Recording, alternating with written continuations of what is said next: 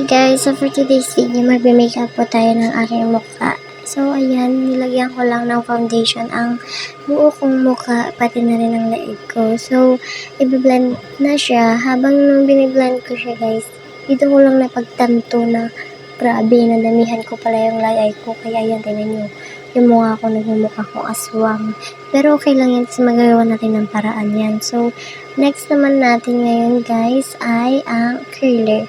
So, inipit ko lang yung aking pilik mata para naman mag-curl siya. Kaya nga tinawag na curler, diba? So, ngayon next naman ang eyelashes. Dalawang kulay pala ginagamit ko.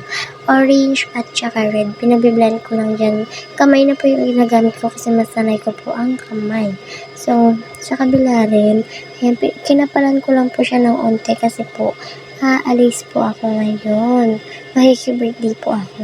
So, sunod naman po ay ang blush. Ito pong mga makeup na ginagamit ko ay from Lamelia po yan. In-order ko po sa TikTok. So, binlend ko na din po yung blush at pinantay ko lang po. Ang next naman natin ay ang mascara.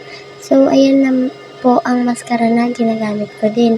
Tinanggal ko lang din po yung mga lagpas at ayan, tingnan nyo naman yung mukha ko dyan. Imbis sa salamin ako tumingin, ayan na, sa salamin na talaga. Kasi guys, hindi ko po makita yung nilalagyan ko. Maliit lang po yung pilik mata ko. Then, lip tint naman tayo. So, ayan, nag-lip tint lang ako. At next naman ay itong sa may eyeliner. Ayan.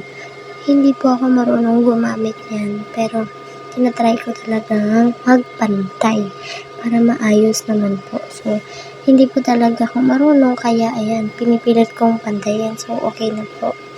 Ayan. Habang ginagawa ko po yan, inaayos ko na din po yung aking buhok. So, ayan na po ang makeup ko. Nagsalamin din po ako. So, nag-ayos na. Bye po!